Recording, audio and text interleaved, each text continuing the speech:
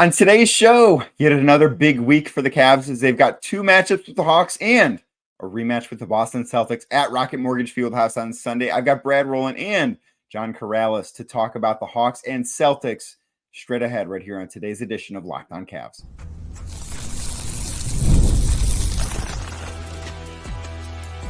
You are Locked On Cavs, your daily Cleveland Cavaliers podcast. Part of the Locked On Podcast Network. Your team every day. What's up, everybody? My name is Danny Cunningham. You might know me from my time covering the Cleveland Cavaliers, places like 92.3 The Fan, The Inside Shot, Cleveland Magazine, and a number of other stops along the way. I want to say thank you to you for making Locked On Cavs your first listen today and every day. You can find the show anywhere you get your podcast, Apple, Spotify, anywhere else. Drop us a 5-star rating. Leave us a nice review. Be a friend, tell a friend about the Locked On Cavs podcast as well. Make sure you're subscribed. Make sure a friend is subscribed too. You can also check the show out on YouTube. If you're watching this right now, do me a favor, hit that thumbs up button for me, click subscribe, and hit that notification bell so you don't miss the latest Locked On Cavs content, a proud part of the Locked On Podcast Network, your team every day. Today's episode, of course, sponsored by Game Time. Download the Game Time app, create an account, and use code LOCKEDONNBA, that's LOCKEDON NBA, for $20 off your first purchase. Terms do apply. So the Cavs have two matchups, back-to-back games with the Atlanta Hawks. Wednesday's game in Cleveland. Friday's game is an NBA Cup game in Atlanta. A little bit of a weird start time, 2:30 down there in Atlanta. Talks all things Hawks with Brad Rowland coming up in just a second. He does a great job for Locked On Hawks. And then, of course, another big matchup is the Boston Celtics and the Cavs will have a rematch of last Tuesday's game Sunday evening at home, Rocket Mortgage Fieldhouse. That'll be another big test for the Cavs. I do think there's a pretty solid chance they go into that game at 19-1.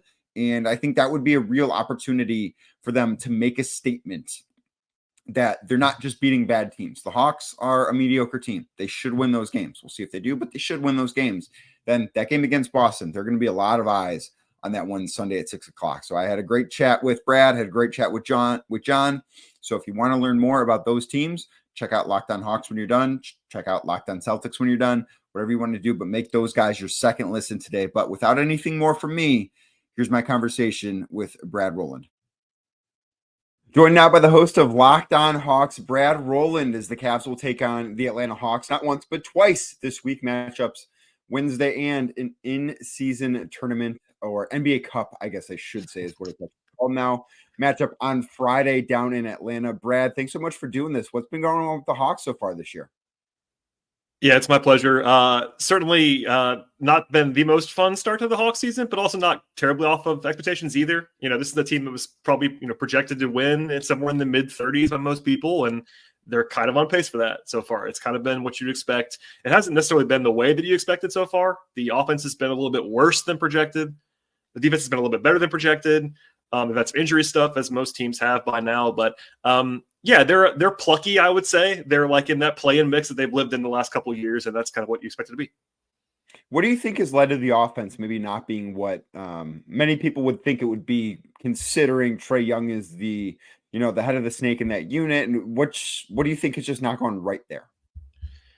Yeah, I mean, to be fair, they've still been quite good most of the time when their real guys are out there, including Trae Young offensively. And that's kind of always been the baseline, to your point. Like the last 5 years, basically, whenever Trae's been available, they've been good on offense. There's levels to good, there's elite and good and all this, but they've always been good offensively. And that's still the case mostly when Trae plays, but they don't have a lot of shooting. That's probably the number one thing I would point to on this roster. And the shooting that they do have kind of missed time. Bogdan Bogdanovic is their best shooter. I think as we're talking, I think he's played like 4 times this season, and he's rounding into form. So it's one of those things where they already kind of were short on shooting, I thought, coming into the season, and they've been without their shooters. So it's been a lot of lack of spacing on the floor. Teams are smartly loading up on Trae Young because they know they can't be beat by other people, and that allows them to do so. I think the Cavs will probably do the same thing. Most teams are doing some form of that, and it helps to have Jalen Johnson, who the Hawks like a lot as a secondary creator. But right now, the Hawks don't really have that clear number 2, like comfortable shot creator for themselves and others. And Jalen's been stepping into that role. But the combination of those two things, not having enough shooting, and then also just not having those secondary answers when Trae gets taken away, leads to some questionable outcomes. And then defensively, you said they've been a little bit maybe better than expected. I've heard good things, and I've not watched a ton of Hawks basketball this year, but I've heard good things from around the league about Trey sort of stepping up and improving as a defender. Not that anyone's ever going to confuse him with Marcus Smart, but what do you think has led to better success on that end? Yeah, it's kind of actually masks a little bit team-wise because they have been so bad defending the three-point line this year. They are dead last in the league in attempts allowed and percentage allowed. So I've been trying to calm Hawks fans down a little bit, as you might imagine. When that happens, it sticks out like a sore thumb, right? And you lose games when that happens to you. But everything else has been improved, basically. They've actually made gains in two-point defense. They're walling off the rim much better this year. They're in the top 10 in rim defense, which is a huge step forward for them. Dyson Daniels has been I would say a culture changer defensively for the Hawks. He's been awesome, which obviously he can only guard one of the Cavs guards in this game, which is unfortunate for the Hawks. But he's tremendous. So, and yeah, Trey's been better. He's not going to be like you said, not going to be great. But I think the caricature of Trae Young's defense is not what it actually is. I think he's bad defensively still, but he's not the worst defender in the league or whatever people always say about him. So Those kind of things, and also just less weaknesses, generally speaking. Not having two small guards on the floor all the time like last year with DeJounte Murray. They're just bigger across the board. They're not good defensively still. I want to be clear about that. They're not a good defensive team, but they are not a bottom 5 unit like they have been the last couple of years. So one of the things you mentioned there I think is interesting in terms of the opponent three-point shooting, because the Cavs have had a similar problem. They're not near the worst in the league amongst team attempts against them, but they have been consistently near the bottom in percentage against them. And every time I go look, I see, the Atlanta Hawks are really struggling there too. How much of that do you think is poor defense versus how much of that do you think is just shooting luck? Because that is something that I'm trying to figure out here in Cleveland with the Cavs. So I'm curious your perspective, what the culprit of that is in Atlanta. Yeah, I think for the Hawks, it's been a little bit of both where they are definitely allowing too many attempts, which is something you can control more, right? Percentage is always a little bit variable. Like, obviously, you don't want to allow wide open shots, and there are ways to track that. But, both analytically and also just watching all of these attempts replay, just to try to answer this question for Hawks fans too. I think the defense has not been great on three-point attempts. They've been more prioritizing the rim, and as such, they maybe overhelp a little bit, all those things. But also they have been unlucky on percentage so far, like almost undeniably. Like some of the contested three-point numbers have been crazy. Some of these outlier shooting games from teams and supporting characters in particular, like I can name some, like Delano Banton, for instance, like just bombed away against guys they're not supposed to be doing that or doing that against the Hawks. So it is definitely both. But I think that it's more about shot quality. You don't want to give up as many threes. I mean, it's not like a huge secret, right? Like the whole league is trying to take more threes on offense, which means the whole league is trying to stop your opponent from taking threes on defense. And if you can't stop the attempts, that is really the problem more so than the accuracy. Yeah, I think that's a similar thing here in Cleveland. So I do want to talk because these teams play twice. They play Wednesday in Cleveland. They play Friday, the day after Thanksgiving at 2:30 Eastern time in an NBA Cup game. What have the Hawks thought of the Cup so far? I believe they've got a pretty big win in East Group C, and I think that this is kind of a big game for the Cavs on Friday more so than Wednesday. Yeah, I mean, the Friday game for the Hawks too. I mean, it's obviously Cleveland's going to be favored in that game as they should be, but the Hawks, if the Hawks win, they're going to probably make it out of the group and win the group. So it's real stakes for the Hawks as well, barring a surprise. I mean, that's not exactly the case because Boston plays Chicago without getting out all that stuff. I think Boston's probably going to beat Chicago, but the Hawks have stakes too because of the Boston win that you allude to there. The Hawks beat Boston on the road in a shocking fashion. It was the biggest upset of the season so far in the NBA by point spread. Without Trae Young, that was a shocking result, but it only takes one. And that's the thing about this NBA Cup format is like you get one surprising win and suddenly you're in position to, if you pull another upset against Cleveland on Friday, in I would say objectively an easier spot because you're playing at home. You alluded to the start time. If I was the Cavs, I would not be thrilled with the situation because you're facing the same team twice in 3 days. You're traveling on Thanksgiving. You're playing in their arena at 2:30 in the afternoon on a holiday. And that doesn't necessarily tell you that the Hawks are going to be great in that game, but it does increase for me the variance of this game. And if you're the Cavs, you don't want increased variance. You want to play a neutral state game because you're the better team. So look, Atlanta's going to be underdog in the game. We all understand that. But the Hawks, when they're good, their good is pretty good. So if they play well, it's not going to be a walkover. Like I'd be shocked if the Hawks swept the Cavs in 2 games, but Friday is a game in Atlanta, and we'll see. Yeah, when the schedule came out, and I understand the group games being on Fridays and Tuesdays. I think that's a great aspect of it.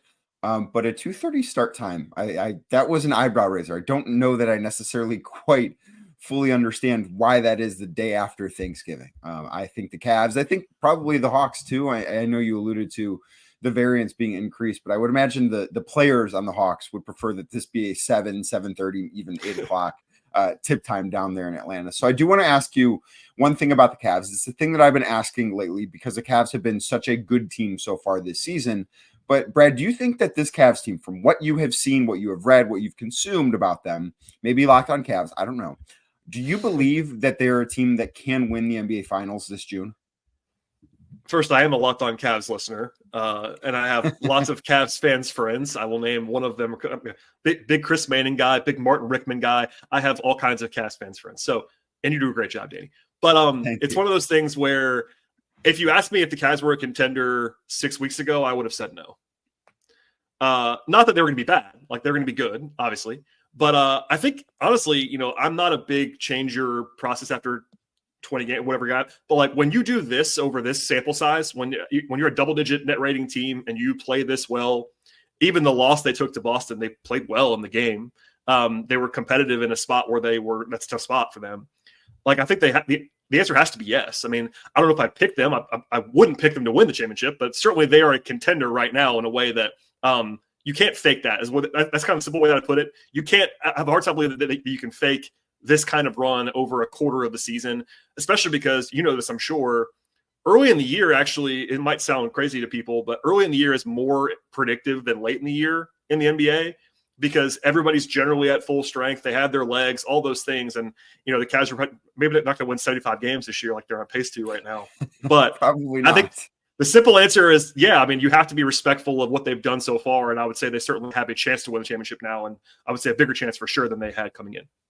Yeah, I think that is become the common thought, and I can't blame people for thinking that way after a 17-1 start for the Cavs. But they do have two big games with the Atlanta Hawks this week: Wednesday in Cleveland, Friday an NBA Cup game in Atlanta East Group C. A very big game in that group to see who can get out, maybe even for wild card spots as well in the Eastern Conference. If you want to learn more about the Atlanta Hawks, check out Brad's podcast. Locked On Hawks does a great job down there. Brad, thanks so much for joining me. Appreciate it. Today's show is brought to you by Skims Men. Yes, Skims makes men's underwear. Might be a little surprised hearing that news. I know I certainly was when I found out that was because I'm like, really? I didn't know that was in the cards for them. And then I tried it. And I can sit here and tell you, and this is 100% real. This is not fabrication. I'm not playing this up. Skims is the best underwear I've ever worn. In my life, I've worn several different brands of underwear.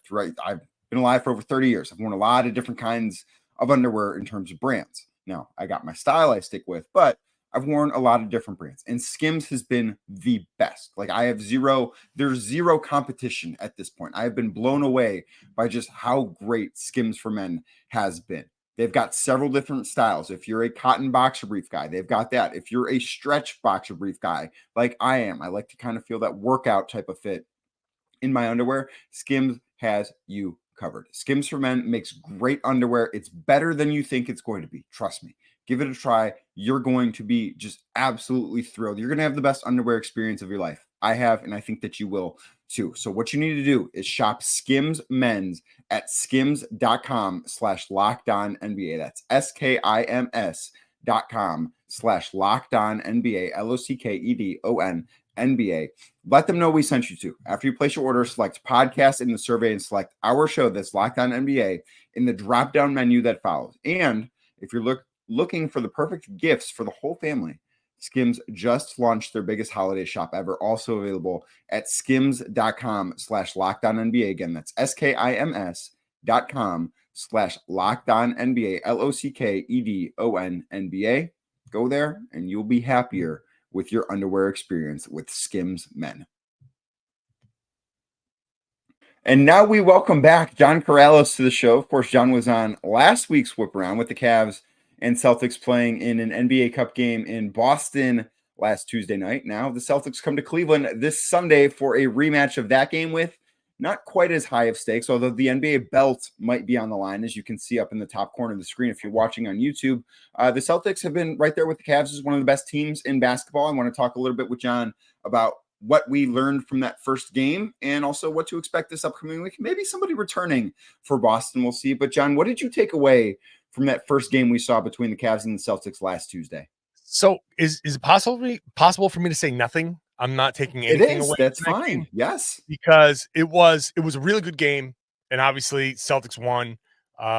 You could take away that the Cavs are, even shorthanded, legit. You're gonna have to go beat them, even though the Celtics built a big lead. There's Donovan Mitchell is who he is, but I think with so many injuries on both sides that it's hard for me to take away a whole lot. I guess the biggest thing is Darius Garland is a problem for the Cavs against the Celtics. It's a tough matchup.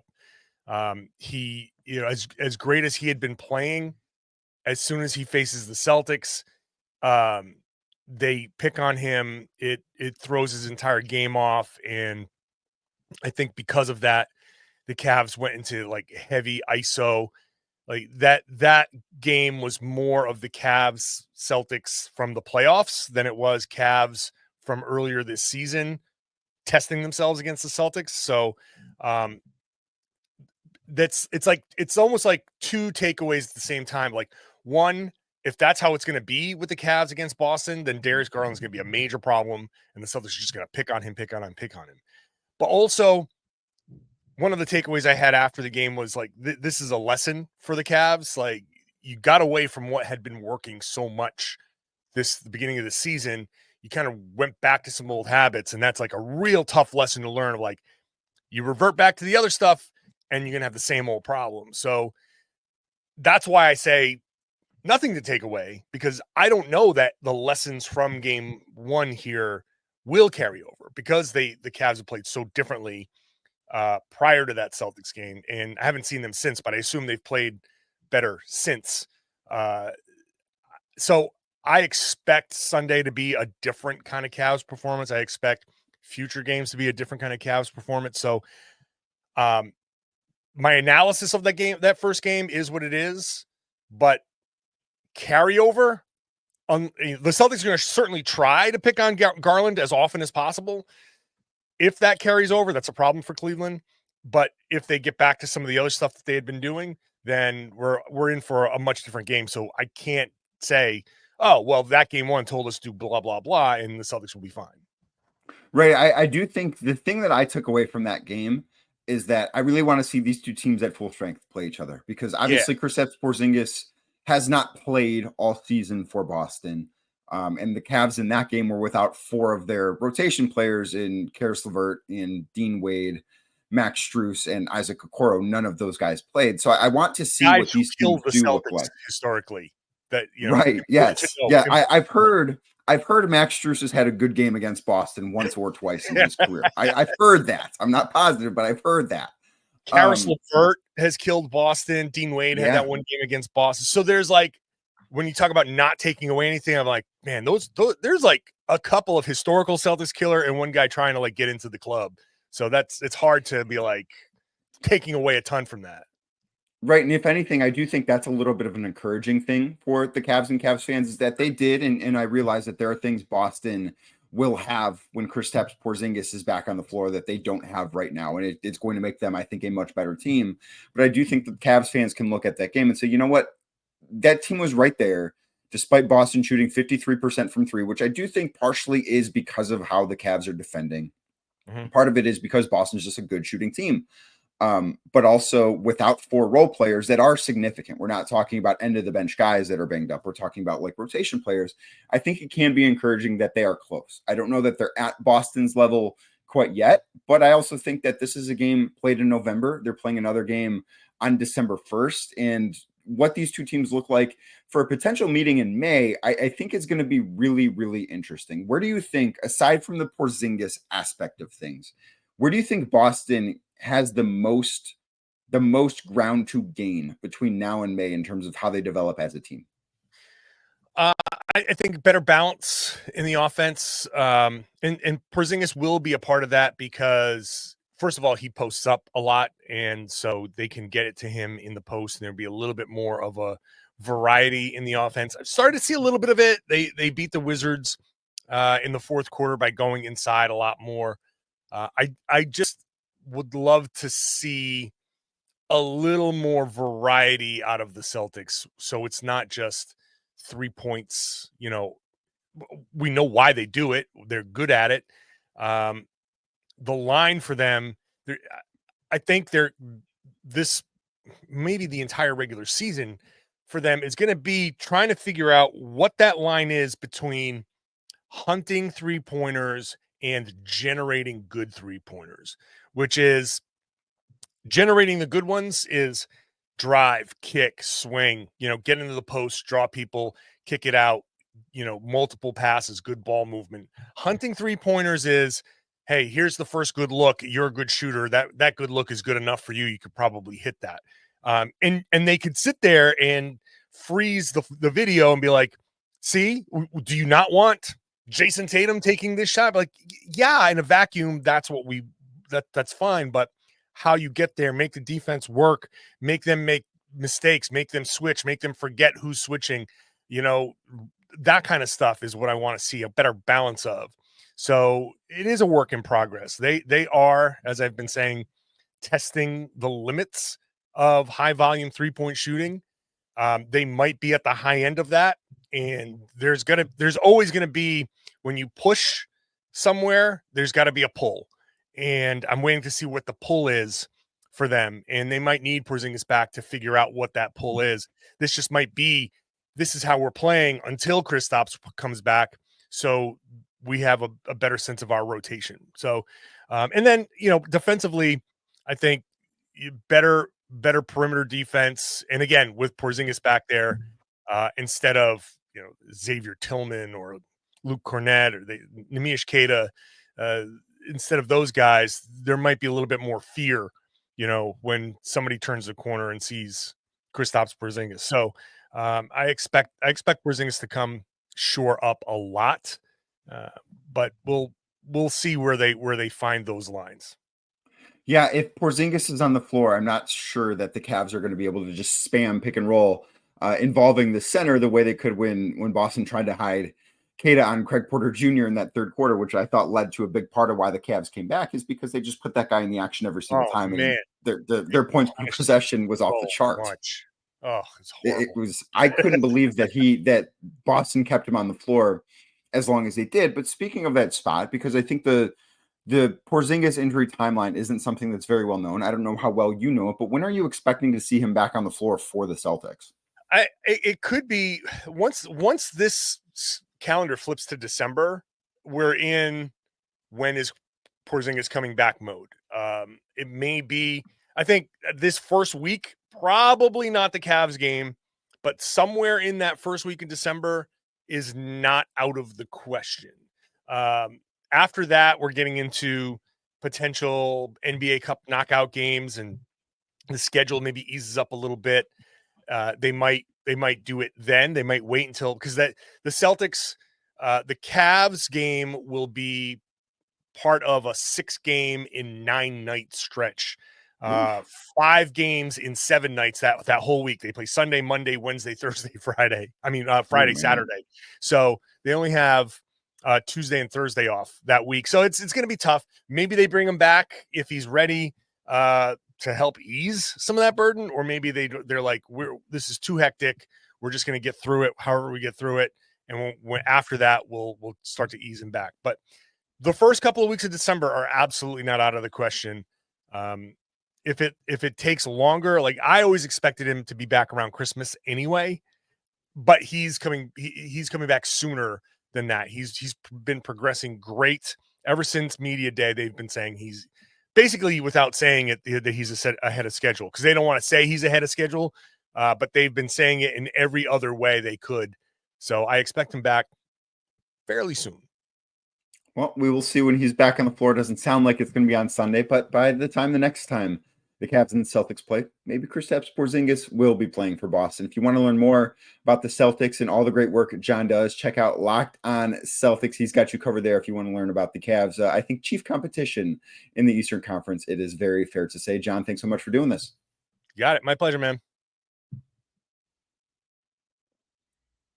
Today's show also brought to you by FanDuel Sportsbook. FanDuel is America's #1 sportsbook, and with good reason, because right now on FanDuel, new customers can get $150 in bonus bets if you place your first $5 bet and it wins. All you got to do, pick a winner on that first $5 bet, and you can get $150 back in bonus bets. The Cavs have been a really good bet so far this season with that 17-1 record. So one of the things that I like to do to just gauge what FanDuel thinks of the Cavaliers is go look at their future odds right now, because so they opened up the season. I talked about this a ton right here on Locked On Cavs prior to the year starting.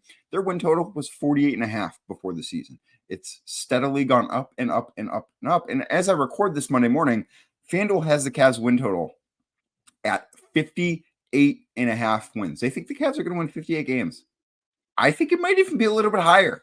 I do. It's plus 102 on FanDuel. You're getting a little bit of juice there with you. That is something that is worth considering. The other thing that has changed on FanDuel, we got to talk about 6 Man of the Year odds. We have to, because Ty Jerome, who has been on an absolute tear with the Cavs, he wasn't on the board when the season started. Why would he be? He was an afterthought even here. Well, he is now up to plus 900. He has the third best odds on FanDuel to win 6 Man of the Year, behind only Peyton Pritchard and Buddy Hield of Boston and Golden State, respectively. Maybe you think those are good bets. Maybe that's the direction you want to go. If it is, head on over to FanDuel. New customers right now can bet $5 and get $150 back in bonus bets if your first $5 bet wins. Just head on over to FanDuel.com to join today. That's FanDuel.com today to join. Never waste a hunch and make every moment more with FanDuel, America's #1 sports book. Today's show also brought to you by Game Time. I've told you for a long time that Game Time is my go-to ticket marketplace because they are my go-to ticket marketplace. I need to let you know they've got more than just sports, right? You probably want to go to a basketball game in town if you're listening to the show, but that doesn't mean you don't want to go see concerts at that same building. You don't want to go see a play maybe in Cleveland's Theater District. I don't know what you want to do, but I know that Game Time has tickets to more than just sporting events. Or maybe you want to go check out the local hockey team, go see what's happening on the ice. I don't know what you're into, but I know Game Time has you taken care of. And those same features I talk about, if you want to go get tickets to a basketball game, in terms of the all-in pricing, the ability to look what your view is going to be from your seat, those don't only exist in sports. If you want to go to a play and you don't want to be surprised with taxes and fees at the very last minute, you can still toggle on that all-in pricing feature and have the same user experience when you're buying tickets to a show, right? It's that good. So just head on over, download the Game Time app today, and take the guesswork out of buying tickets. Create an account and use code LOCKEDONNBA for $20 off your first purchase. Terms do apply. Again, create an account, redeem code LOCKEDONNBA. That's LOCKEDON NBA for $20 off. Download Game Time today. What time is it? It's game time. Thank you again for making Locked On Cavs your first listen today and every day. Like I said earlier, you can find the show anywhere you get your podcasts, Apple, Spotify, anywhere else. Drop us a 5-star rating, leave us a nice review, be a friend, tell a friend, make sure you're subscribed, make sure a friend is subscribed too. Listen, I think the Cavs have gotten off to a great start. There's no question about that. They're 17-1. At a certain point, I think you stop becoming a team that's just gotten off to a great start and you start becoming a great team. I think the Cavs have crossed that threshold. I think that this Cavs team is a great team. You heard me talk about when I was talking about FanDuel. Their win total is up to 58.5. I think this is a team that's going to win 60-plus games. I really, truly do. I don't see a ton of weaknesses here. I think that defensively, they're going to get better. I think they're going to be able to flip the switch on that end of the floor. And this is a fun team to watch. It really is. It's a fun team to cover. It's a fun team to watch. So, like I said, thank you for making Locked On Cavs your first listen today and every day. You can find the show anywhere you get your podcasts, Apple, Spotify, anywhere else. If you're watching on YouTube, do me a favor, hit that thumbs up button, click subscribe, and hit that notification bell so you don't miss the latest Locked On Cavs content. If you're looking for more, if you want written Cavs content, head on over to the Inside Shot. That's my Substack where I cover the team. I am writing about the team almost every day. Link is in the bio below or on your podcast description if you're listening on Apple, Spotify, or anywhere else. So check that out if you're looking for more Cavs written content. But I will be back tomorrow. Special interview on deck, as I'm going to talk about Darius Garland and the start of the season he's been off to. So keep it locked here on Locked On Cavs.